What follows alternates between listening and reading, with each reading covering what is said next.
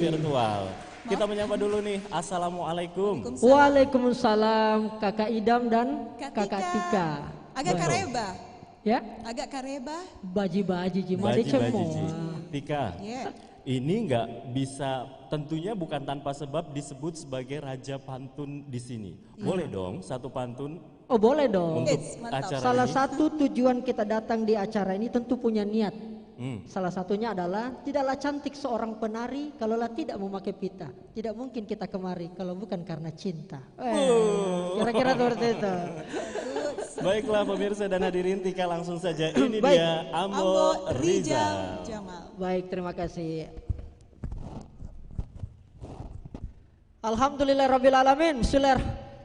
Senang sekali kita bisa hadir di tempat ini, yang tentu juga para teman-teman netizen, para pendengar, para pemirsa dimanapun berada, sebuah momentum sejarah kembali diukir oleh kita semua para pelaku seni budaya maupun para penikmat dan pecintanya, sehingga senang sekali saya tentu bisa membersamai Bapak Ibu, kakak-kakak netizen, para semua teman yang hadir di berbagai macam wilayah, tempat dan kesempatan. Dan ini adalah sebuah hasrat kita untuk kemudian membangkitkan kembali kesenian dan kebudayaan, melihat Indonesia bangkit, dan yang paling penting juga itu kesehatan. Oleh karena itu izinkan saya Rizal Jamal, saudara dan teman tak semua, untuk kemudian mengucapkan selamat datang kepada kita semua, dan tentunya itu menggunakan sebuah pantun. Dalamnya, ke Pantai Losari memancing ikan, ikan ditangkap menggunakan rakit. Selamat datang kami ucapkan di pagelaran virtual Asi Pulung. Kesehatan pulih, ekonomi bangkit. Kalau bicara soal seni budaya, saya kira Makassar adalah wadahnya, tempatnya, dan sarang daripada kekuatan seni budaya itu sendiri. Oleh karena itu Bapak Ibu sekalian, para pendengar, para pemirsa dimanapun berada, kita langsung akan melihat sebuah persembahan kolaborasi etnik yang merupakan tarian kolaborasi dari 4 suku terbesar yang ada di Sulawesi Selatan. Dan ini merupakan kebiasaan kita sebagai orang Bugis Makassar, ketika kemudian ingin menyambut sebuah pagelaran, ingin menyambut, melihat persembahan seni, menyambut para kedatangan tamu-tamu besar, kita menyuguhkan dengan sebuah persembahan yang sangat menarik. Dan ini paling dinanti-nantikan dan paling ditunggu-tunggu. Dan sudah bersiap-siap di belakang saya ada para pemusik-pemusik.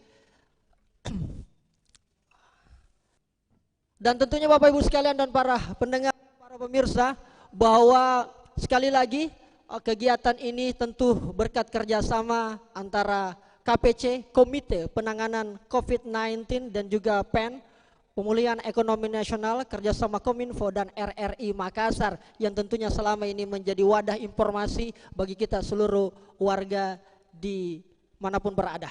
Baik, sudah ready? Mari bersama-sama kita saksikan persembahan dari Sanggar Seniyama, Tari Empat Etis.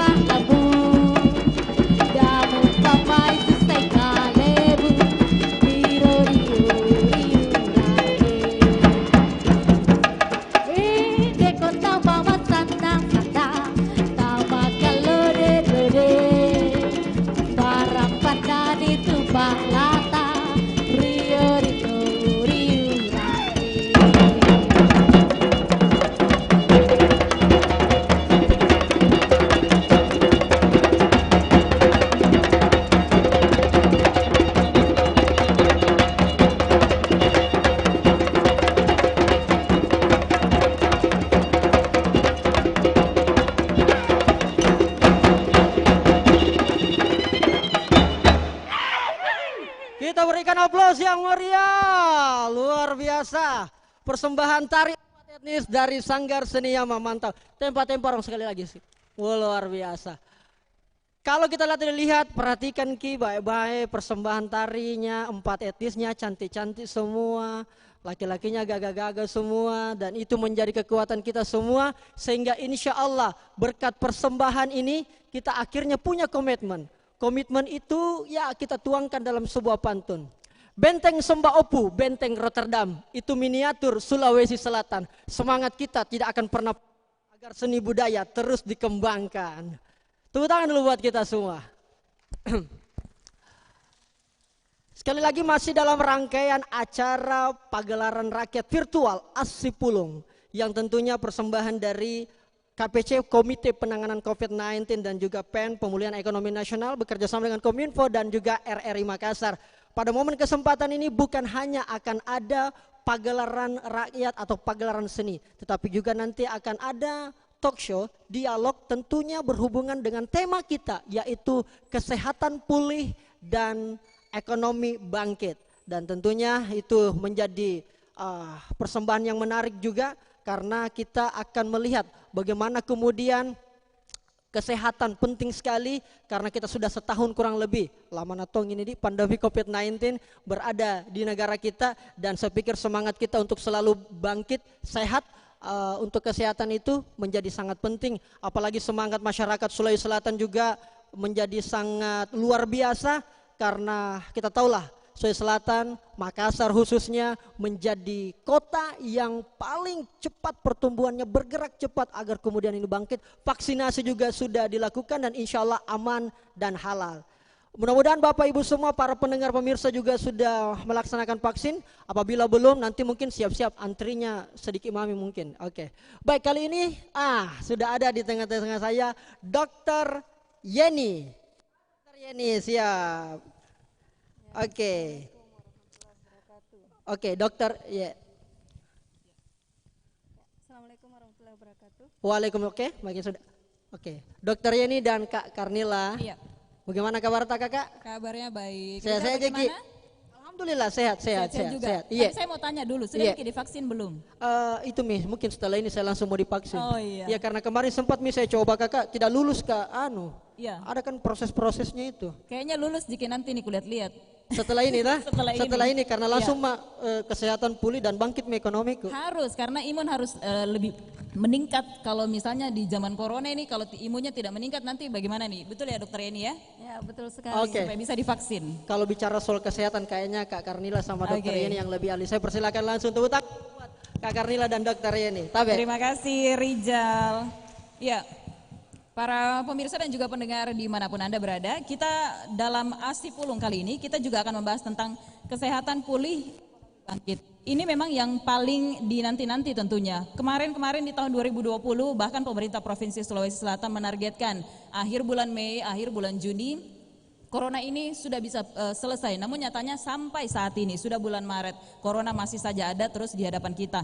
Tapi kabar baiknya adalah vaksin sudah mulai dilakukan. Saya bersama Dr. Yeni saat ini. Assalamualaikum, selamat sore Dr. Yeni. Ya, selamat sore. Ya, Dr. Yeni merupakan vaksinologi dari Universitas Hasanuddin. Dok, yang paling ingin diketahui masyarakat setelah adanya vaksin kali ini, kemudian apakah dengan berjalannya vaksin ini, kemudian herd immunity ini atau kekebalan masyarakat yang sudah divaksin, khususnya sekarang sudah masuki dosis kedua ya Dok ya, apakah ini bisa menjanjikan nantinya untuk masyarakat bisa istilahnya kebal lah dari corona itu sendiri? Silakan Dok. Baiklah, jadi ini pertanyaan yang ini ya agak sulit juga dijawab sekarang, tapi tentu saja kita harus positive thinking, karena memang vaksin itu apa tujuannya adalah untuk memberikan imunitas. Jadi tubuh kita mengenali protein yang ada, seperti protein yang ada di virus itu, sehingga nanti bisa membentuk kekebalan, sehingga nanti kalau kita sudah kena nanti akan lebih ringan atau bahkan tidak muncul gejala. Nah, karena sudah berjalan ini kita harapkan memang akan tercapai kekebalan imunitas, walaupun itu perlu cakupan yang cukup luas untuk vaksin itu sendiri. Jadi harus ada sekian persen masyarakat yang atau populasi yang divaksin, baru kita bisa mencapai herd immunity ini. Jadi tergantung juga dari efikasi vaksinnya sendiri. Vaksin itu sendiri. Ya. Lalu kemudian dok, pertanyaannya apakah sudah ada penelitian seperti itu terhadap vaksin ini sendiri? Kira-kira ini berapa lama ya vaksinnya kemudian membuat tubuh kita kebal seperti itu dok? Ya, karena ini adalah virus yang baru, jadi memang belum terlalu penelitiannya belum terlalu banyak ya. Istilahnya sekarang sedang berlangsung penelitian, namun hasil-hasilnya masih kita menunggu hasilnya untuk apalagi memahami sebuah virus itu seperti apa, imunitasnya seperti itu. Jadi tapi yang kita ketahui bahwa vaksin ini memberikan kekebalan ya, itu sudah positif ya. Jadi kita insya Allah akan bisa memberikan kekebalan walaupun itu tingkatnya masih belum 100%. Tapi kalau misalnya sudah banyak orang yang memiliki kekebalan ini sekian persen dari populasi, tentu itu akan menurunkan beredarnya virus di dalam populasi sehingga nanti bisa menurunkan tingkat kejadian. Mengenai berapa lama itu kita belum tahu. Terutama ini masalah cakupan, jadi bukan masalah berapa lamanya. Tentang pertahanan karena vaksin itu sudah ada juga hasil yang melaporkan bahwa bisa lebih lama dibanding kalau kita terkena COVID. Jadi yang post COVID bisa jadi 3 bulan sudah hilang antibodinya misalnya. Nah ini kalau yang vaksin ada yang melaporkan itu masih bisa bertahan. Masih bisa bertahan. Makanya jika mungkin ada di antara tenaga kesehatan atau mungkin mereka yang sudah divaksin, karena baru-baru ini juga ada wartawan dok ya yang sudah divaksin, ada di beberapa daerah juga, kemudian mungkin selesai divaksin kemudian kok positif corona, berarti ini bukan hal yang apa ya istilahnya dok, ini wajar dok ya? Karena memang kekebalannya belum terbentuk begitu. Ya tentu saja itu beda ya, jadi kalau positif corona setelah divaksin ya itu mungkin antibodinya belum terbentuk ya, mungkin vaksinasinya baru saja berjalan, atau karena kita sudah sebutkan tadi ada istilahnya efikasi. Jadi efikasi itu kan dihitung dari berapa orang yang terkena infeksi setelah dia diimunisasi pada orang-orang yang divaksin dibanding yang tidak divaksin, karena ada istilahnya kontrol. Nah tentu saja ada orang yang tetap terkena setelah divaksin, ada yang tidak, tapi jumlahnya lebih sedikit yang terkena pada orang yang divaksin dibanding yang tidak divaksin. Ya, makanya disitulah dihitung efikasinya nanti. Intinya tetap harus mau divaksin gitu ya dok ya? Ya dan ya, protokol kesehatan saja, begitu ya, dok? Tolong ya divaksin semuanya ya. Dan protokol kesehatan juga harus lebih ketat dok meskipun belum divaksin ya? Kenapa? Maaf. Protokol kesehatan. Iya, tentu saja. Jadi ini yang paling ditakutkan juga, bahwa setelah vaksin kita sedikit ada euforia. Jadi sudah masker dilepas, tidak lagi memperhatikan protokol kesehatan, misalnya cuci tangan dan jaga jarak. Akhirnya nanti berkerumun. Nah itu salah ya. Jadi harusnya setelah vaksin kita tetap menjaga protokol kesehatan, kita tetap bersabar, kita lihat kapan benar-benar turun COVID ini, sampai benar-benar mungkin kita menyatakan bahwa jadi nol itu mungkin belum bisa sampai sekarang ya, kita bisa katakan kapan akan jadi nol, tapi kita harapkan turun, betul-betul turun sampai seminimum mungkin seperti itu. Dok, mungkin ada saran yang ingin disampaikan kepada masyarakat khususnya yang belum divaksin, apa yang harus dilakukan sebelum vaksin biar lolos screening begitu?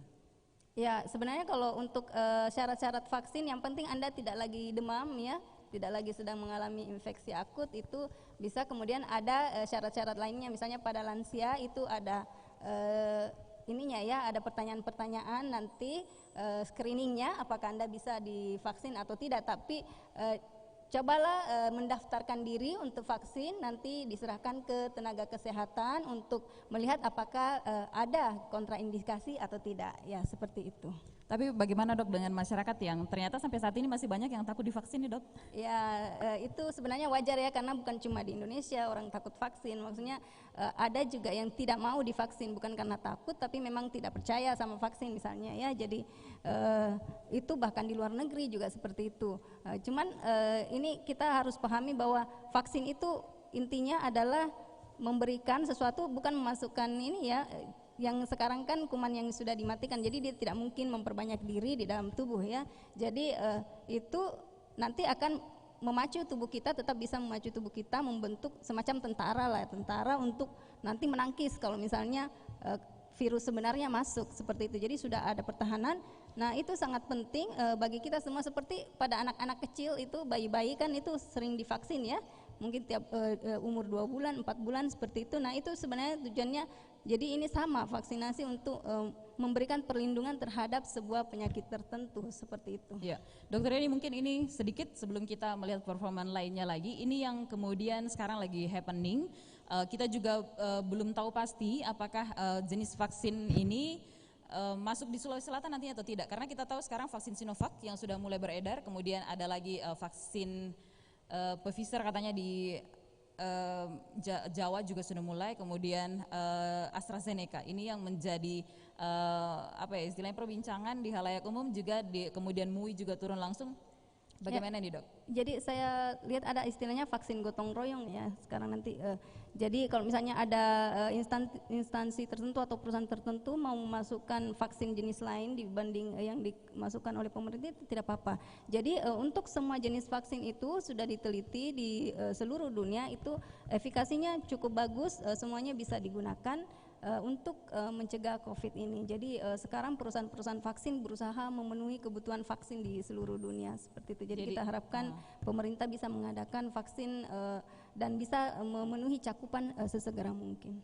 Oke, intinya siapkan mental, siapkan kesehatan untuk mau divaksin, begitu ya, Dok? Ya, intinya sebenarnya masyarakat tolong didukung agar mau divaksin, sehingga kalau kita vaksin bukan cuma untuk melindungi diri kita, tapi juga melindungi orang-orang di sekitar kita. Tentu saja termasuk orang-orang yang kita cintai.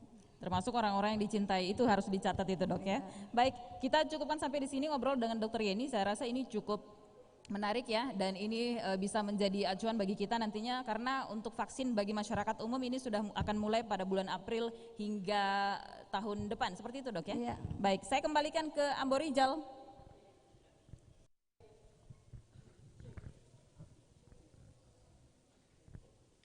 Baik, Dokter Yeni dan juga Kak Karnila, keren sekali tadi perbincangannya, menarik sekali, dan saya kemudian mengambil satu kesimpulan.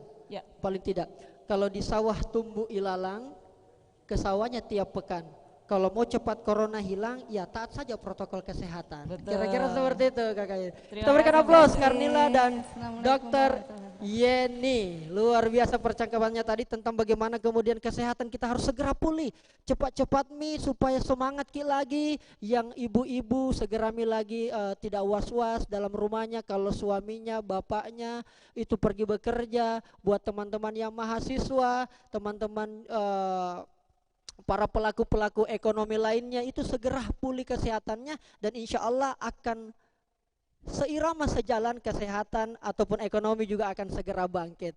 Baik Bapak Ibu sekalian, masih banyak acara yang lebih luar biasa lagi, masih tetap berada dalam acara pagelaran rakyat virtual Asipulung, persembahan dari Kominfo dan juga RRI Makassar. Tapi setelah yang satu ini.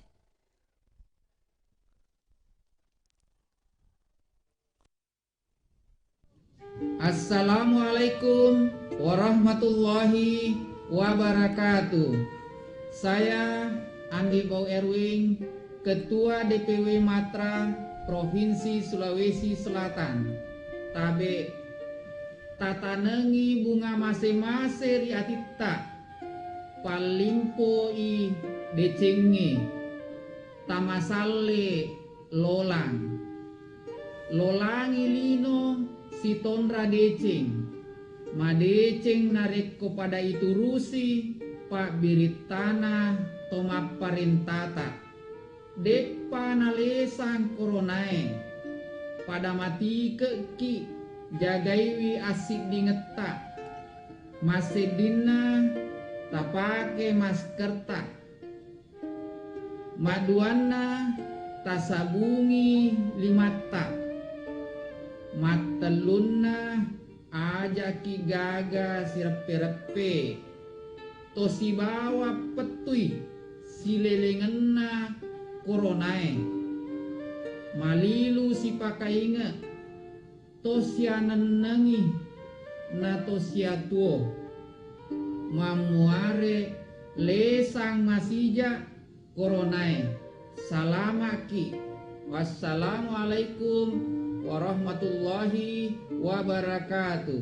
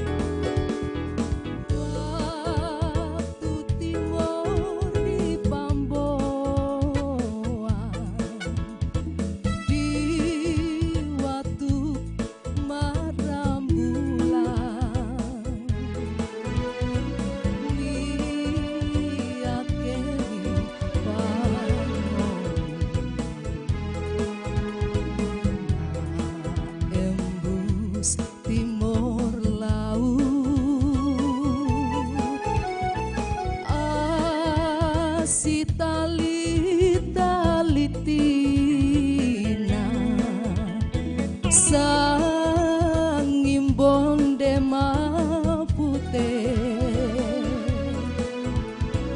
di engei mata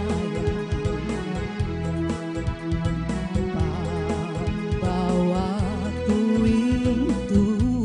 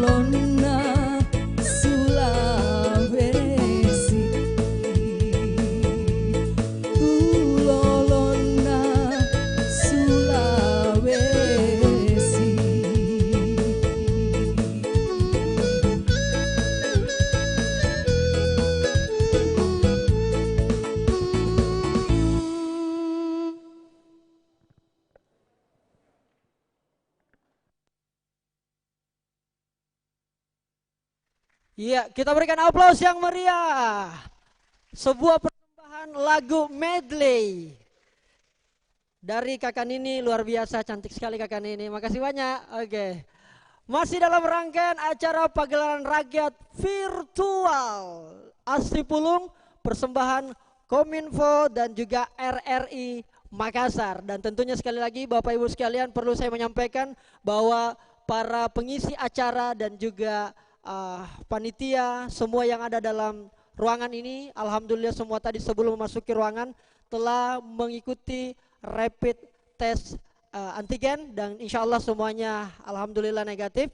Dan kita doakan mudah-mudahan sampai acara selesai ini dapat berjalan lancar. Dan yang paling penting Bapak Ibu sekalian, bahwa ini live dari beberapa akun Instagram dan juga akun YouTube yang sudah disampaikan tadi oleh MC kakak pertama dan kedua tadi. Dan insya Allah ini akan menjadi semangat kita untuk mengedukasi masyarakat, karena tema kita sangat menarik mengenai kesehatan pulih dan ekonomi bangkit yang ditandai, yang disimbolkan melalui sebuah pagelaran rakyat secara virtual. Dan kali ini menarik, kalau tadi kita sudah dengar-dengar dialog tentang kesehatan, agar kita kesehatannya jauh lebih pulih lagi, bagaimana vaksin, bagaimana protokol kesehatan, dan bagaimana masyarakat tetap beraktivitas tetapi kesehatannya tetap terjaga. Dan kali ini masih bersama Kak Karnila yang tentunya akan membersamai kita untuk berbincang-bincang tentunya mengenai ekonomi bangkit.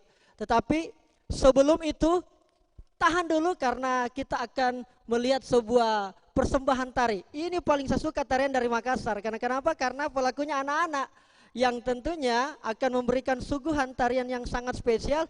Dijamin siap-siap Ki di rumah, ketawa Ki, makala-makala puara Ki, karena ini persembahan tari yang cukup unik yang ada di Makassar maupun di Sulawesi Selatan.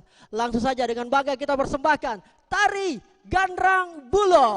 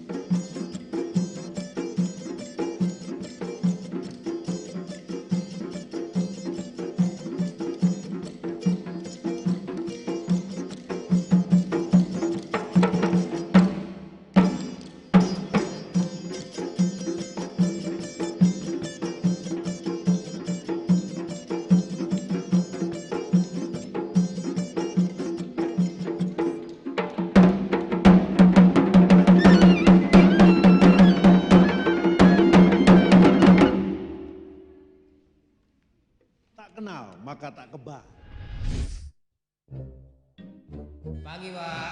Stop. Siapa kamu? Virus, Pak. Bawa apa kamu? Ini Ah, kamu virus, bukan virus. Untung si bos sudah divaksinasi. Jadi saya bisa kenal sama kamu. Bener nggak bos? Ya benar. Vaksinasi melatih tubuh untuk kenal, lawan, dan kebal dari penyebab penyakit seperti virus atau bakteri.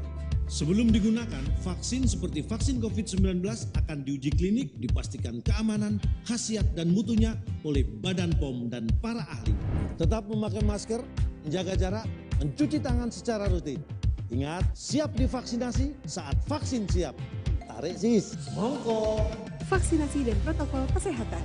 Lindungi diri, lindungi negeri. Assalamualaikum warahmatullahi wabarakatuh. Pandemi COVID-19 belum berakhir. Mari disiplin menerapkan protokol kesehatan. Tiaki tak kalupai amake ki masker, ki basai di manta, amake ki sabun. Punna arupa ki masing ki jagai jarakta. Mai maki naki masing atapu ki mata rantena COVID-19. Assalamualaikum warahmatullahi wabarakatuh.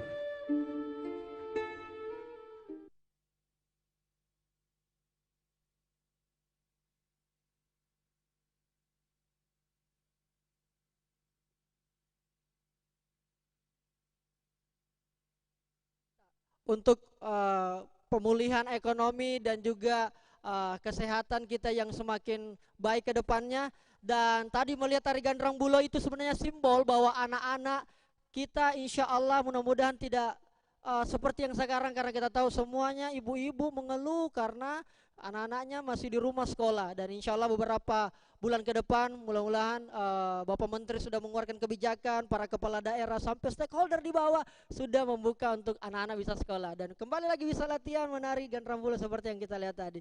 Baik Bapak Ibu sekalian, senang sekali rasanya masih dalam rangkaian acara pagelaran virtual ASI Pulung yang tentunya menjadi kebanggaan kita semua kerjasama Kominfo dan RRI Makassar. Dan kali ini seperti yang saya janjikan di awal tadi, akan ada kembali kita akan dengar dialog. Kalau tadi sudah dari Dokter Yeni dan Kak Karnila membahas tentang kesehatan, agar bagaimana kesehatan kita pulih, soal vaksin, soal edukasi masyarakat tentang COVID, dan bagaimana jaga jarak dan sebagainya. Dan kali ini kita akan berbicara tentang ekonomi. Saya langsung mau sapa, halo Kak Karnila. Oke, luar biasa. Dan tentunya bersama Kak Ketua, Kak Bahtiar Baso, Kak Tiar. Iya, Om Rijal. Alhamdulillah. Sehat ya? Harus selalu sehat. Kelihatan Kak Tiar, insya Allah ekonominya bangkit terus. Karena memang pelakunya, amin. Amin. Kak Karnila, bagaimana soal ekonomi? Ada sedikit yang kita mau sentil-sentil sebelum saya kemudian mempersilahkan Ki. Tentang ekonomi biasanya kita bicara soal pedagang kaki lima, kemudian UMKM lebih banyak ya Pak Bahtiar ya. Tapi kalau untuk saya mau tanya ke Rijal, selama pandemi COVID gimana? Iya memang kasihan, 3 bulan itu hancur awal-awalnya kasihan. Apa yang hancur ini? Ekonomi pemasukan. Dia gak harapan pokoknya selesai barang-barang. Tapi alhamdulillah ya sekarang. Tapi alhamdulillah pelan-pelan kita bikin inovasi karena kita kan pelaku digital ya. Iya. Kita pelan-pelan alhamdulillah itu berkat ajaran dari Ketua Aku Mandiri Provinsi Sulawesi Selatan. Saya persilakan langsung Kak Karnila. Kita berikan aplaus yang meriah buat Karnila dan Dr. Wat. Terima kasih Ambo Rijal. Ya, kita kembali lagi, kita ngobrol tadi soal vaksin dan sekarang kita tidak bisa menutup mata, tidak bisa menutup telinga bahwa efek pandemi ini tidak hanya berdampak kepada sektor-sektor lainnya, UMKM yang paling terdampak dan paling kelihatan efeknya ini ya. Saya bersama Pak Bahtiar Baso. Assalamualaikum, selamat sore. Waalaikumsalam warahmatullahi wabarakatuh. Selamat sore Mbak. Tadi sudah ditanya kabarnya sehat, saya nggak mau tanya lagi. Saya mau langsung aja nanya tentang bagaimana sih tentang pemulihan ekonomi yang dilakukan, yang diberikan oleh pemerintah saat ini, kemudian efeknya terhadap pelaku UMKM yang Pak Bahtiar lihat selama ini. Iya, memang kondisi sekarang menarik ya. Bahkan di tahun 2020 kan kita diperhadapkan pada dua pilihan yang sulit. Di sisi lain kita harus menjaga ekonomi, tapi di sisi lain kita harus menjaga kesehatan. Bahkan kalau orang Makassar bilang itu ya lebih baik saya mati karena COVID daripada saya mati karena lapar. Makanya ini penting sekali. Di 2020 sampai 2021 menarik sekali, banyak program pemerintah khususnya berkaitan dengan program pemulihan ekonomi, baik itu bantuan modal, baik itu keringanan beberapa sektor khususnya misalnya pajak dan segala macam, dan itu sudah dijalankan pemerintah, dan sampai hari ini program itu sangat membantu pelaku usaha kita yang boleh dikatakan mati tidak, hidup juga tidak, tapi kondisi hari ini cukup membaik, khususnya kita di Sulsel, di Kota Makassar misalnya, itu sudah cukup untuk sekarang mulai, bahkan di pemerintah kita sekarang ini menargetkan di Provinsi Sulawesi Selatan bisa kembali menjadi provinsi yang tingkat pertumbuhan ekonominya terbaik di Indonesia. Kita target sampai 6% lah, bisa kita optimis di 2021 pertumbuhan ekonomi Sulsel harus bisa dapat di 6%, dan program-program yang kita lakukan cukup banyak, termasuk mungkin memang sampai hari ini banyak hal bagaimana soal izin usaha, apalagi kemarin baru-baru hadir undang-undang baru, undang-undang Cipta Kerja yang sangat menarik, dan ada banyak pasal yang berhubungan dengan koperasi, berhubungan dengan UMKM hari ini ya. Itu hal yang penting, dan sekarang di tahun 2021 pemerintah pun masih fokus ke situ, dan kita di asosiasi pun terus mendorong bagaimana caranya. Pertama memang proses identifikasi usaha, pelaku usaha kita hari ini seperti apa, dan kemudian kedua memang kondisinya seperti apa, keadaan pelaku usaha kita berkaitan dengan permodalan, mungkin sudah sempat disinggung oleh pemerintah juga berhubungan dengan bantuan modal yang kemarin BPUM, mungkin tahun ini juga tetap ada, termasuk juga mungkin melalui alokasi LPDB. Kita berharap tidak hanya ke koperasi tapi mungkin di usaha-usaha unggul, sektor-sektor unggulan, khususnya kita di Sulsel itu bisa juga memperoleh bantuan yang lebih besar. Begitu itu yang menarik. Selebihnya memang kembali ke pelaku usaha. Ini ekonomi bukan hanya milik 1-2 orang, dan semua pihak kita harap bisa ikut terlibat, termasuk pelaku, asosiasi, pemerintah, untuk bisa terlibat membantu ini, mencoba untuk mendigitalisasi, karena terima ataupun tidak COVID itu ada, dan kita harus menyesuaikan dengan kehidupan yang baru di mana proses interaksi kita antar manusia itu mulai ada terbatasan, sehingga kita mendorong proses digitalisasi bisa tumbuh tidak hanya di sektor pemasaran, tapi mungkin digitalisasi di semua sektor, termasuk di produksi, termasuk mungkin di finance dan segala macam. Itu yang harus terus didorong, dan kita harus optimis selama masyarakat kita taat patuh, pemerintah juga bisa sama-sama berjalan dengan masyarakat untuk tetap menerapkan prokes. Di ekonomi juga kita terus dorong bagaimana pelaku usaha kita, khususnya mungkin berkaitan dengan misalnya memberikan kuota lebih besar kepada pelaku UMKM untuk bisa terlibat di belanja pemerintah. Kupikir itu penting juga. Ini yang mengangkat situ ya. Nah, itu kupikir menarik juga, atau mungkin melibatkan pelaku usaha untuk pelaku usaha UMKM ini untuk masuk ke rantai pasok industri. Kupikir itu juga harus menarik, karena hari ini ada hal yang menarik di Undang-Undang Cipta Kerja, di mana di PP nomor 7 turunan dari Undang-Undang Cipta Kerja itu, bahwa sekarang klasifikasi pelaku usaha mikro itu omsetnya kurang dari 2 miliar. Itu artinya apa?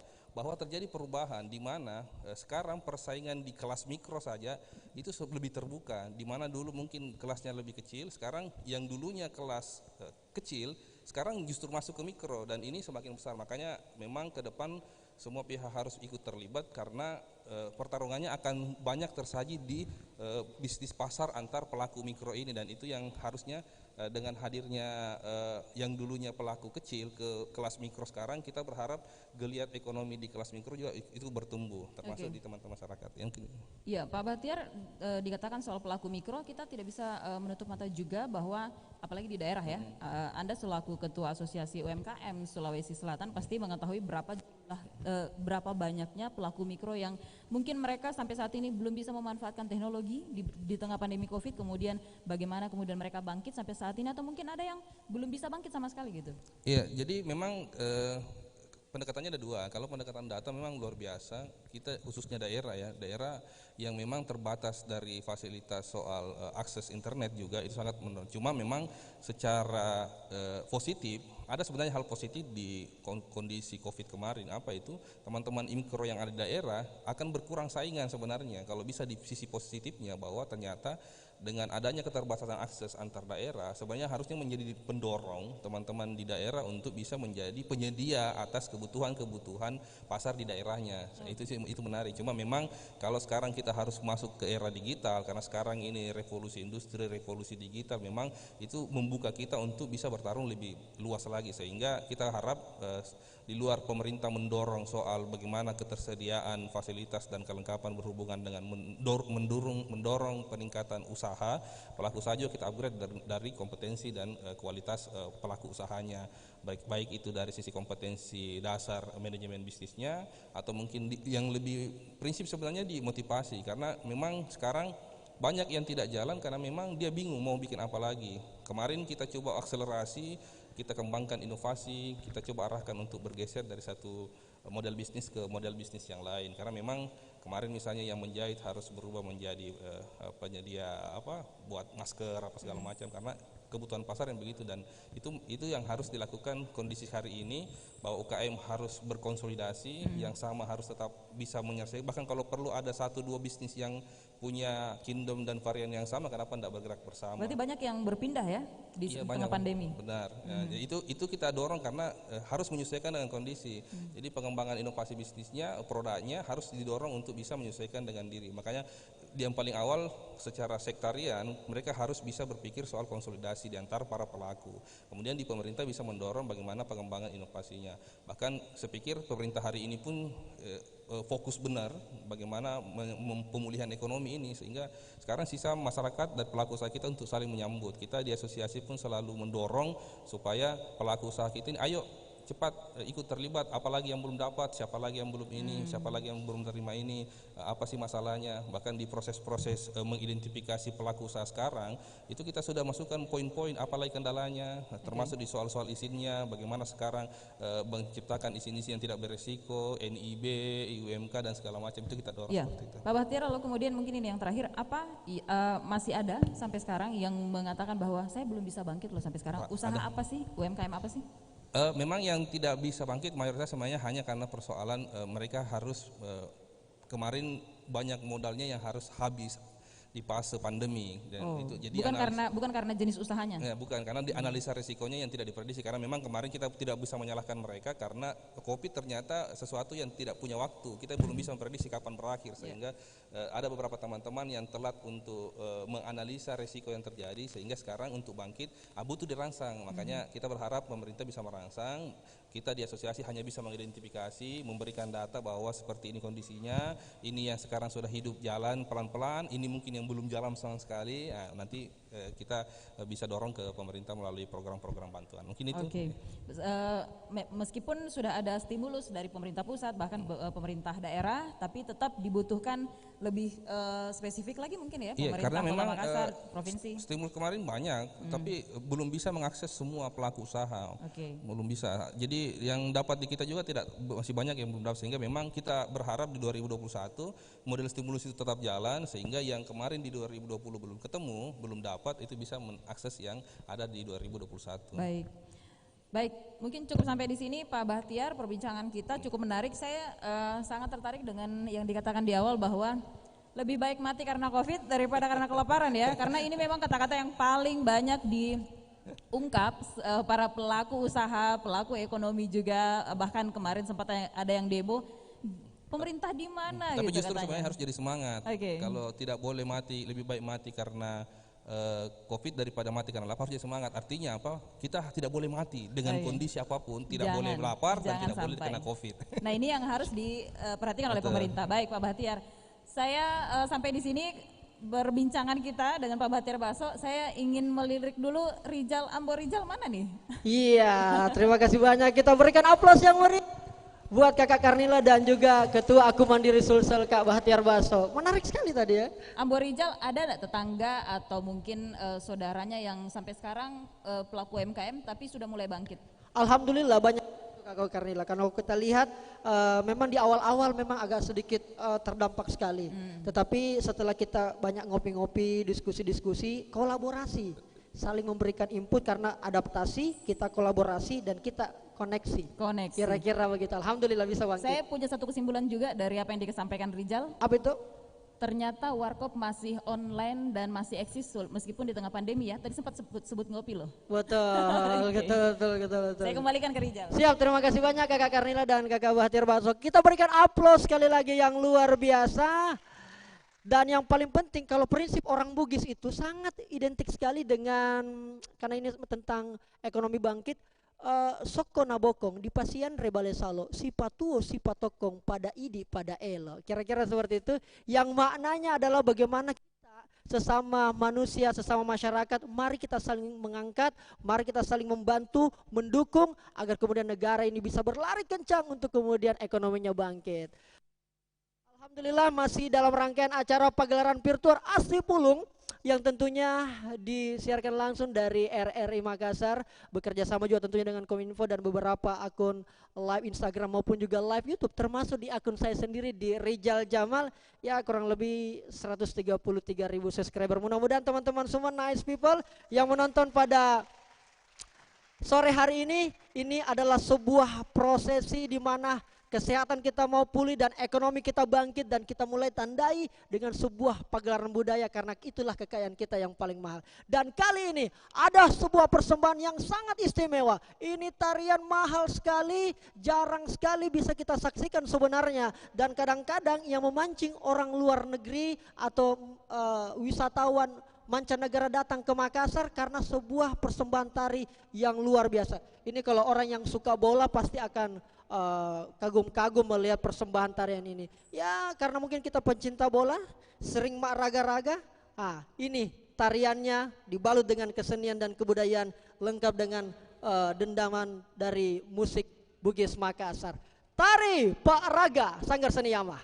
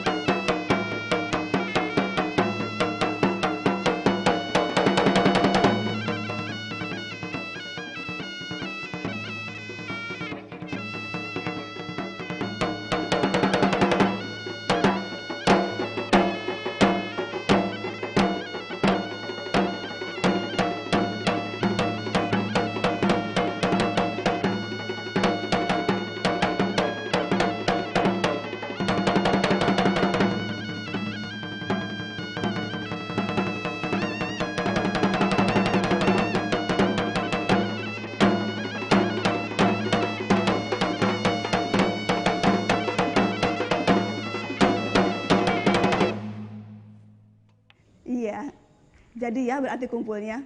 Oke, bye. Kok jadi ngumpul sih, Bu? Kan masih COVID. Ih, cuma kita-kita aja. Kan masih keluarga. Kumpul keluarga sih kumpul keluarga. Jangan sampai ngumpul virusnya. Bu, aku pergi ya. Teman-teman udah pada nunggu nih. Yakin mau pergi? Nongkrongnya sih asik. Jangan sampai pulangnya bawa penyakit. Pak, Iya sayang. jangan sampai bawa pulang virusnya ya. Iya sayang. Pulang jam berapa, Nak? Kok maskernya nggak dipakai? Iya, ini aku lagi makan-makan sama temen. Hati-hati ya, kamu yang abai. Jangan sampai ibu yang menuai.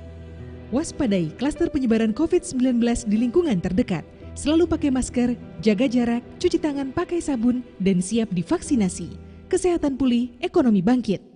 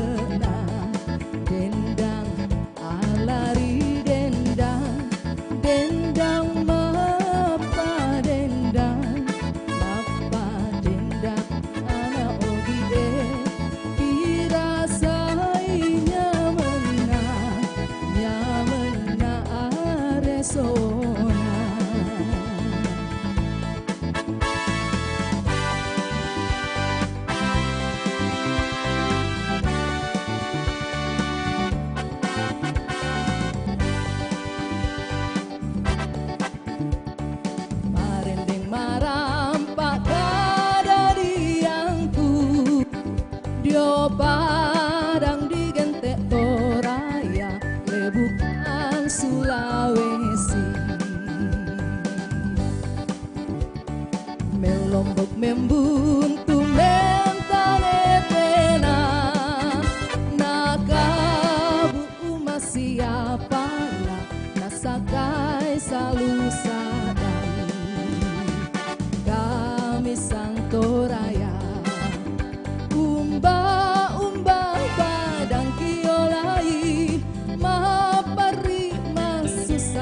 rampoi Maki poma banda penawa Dia mo pasanan tengkoki Upasut rongkokan Kami sang toraya Umba padang kiolai Mapari susah kirampoi Tangki poma banda penawa Ia mopsanan tengkoku Umpasundun rongkokan Ia mopasanan tengkoku Umpasundun rongkokan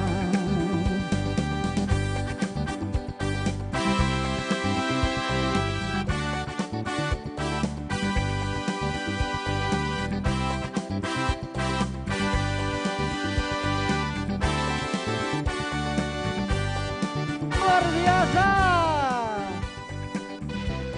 Sekali lagi kita boleh berikan aplaus yang meriah. Pagelaran ragat virtual. Ya kakak. Asih Pulung. Luar biasa. Boleh agak geser-geser ke sana kakak ya. Supaya semuanya muat. Oke.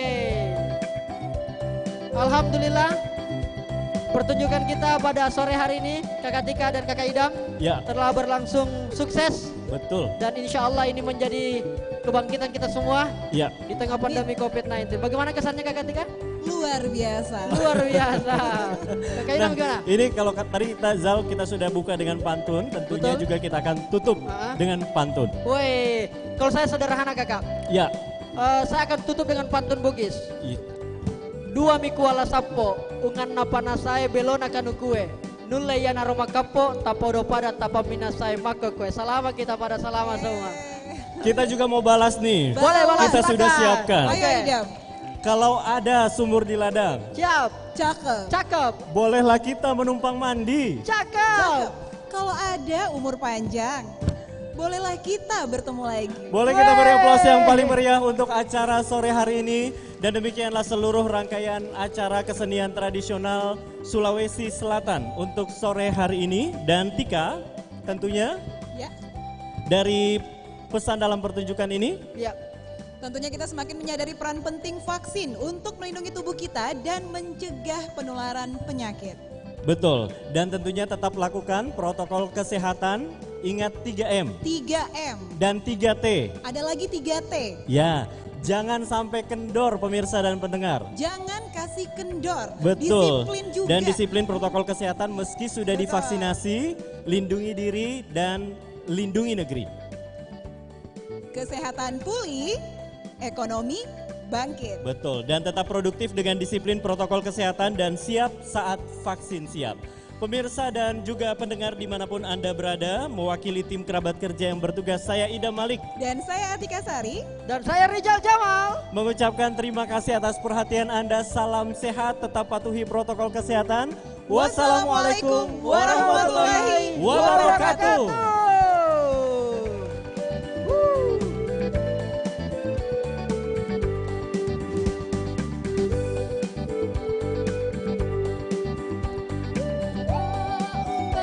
Buat kakak-kakak seluruh pengisi acara yang luar biasa. Keren-keren. Halo kakak.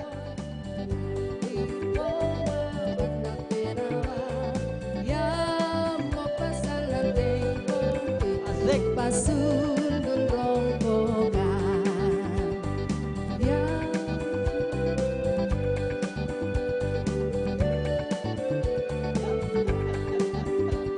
Pasundun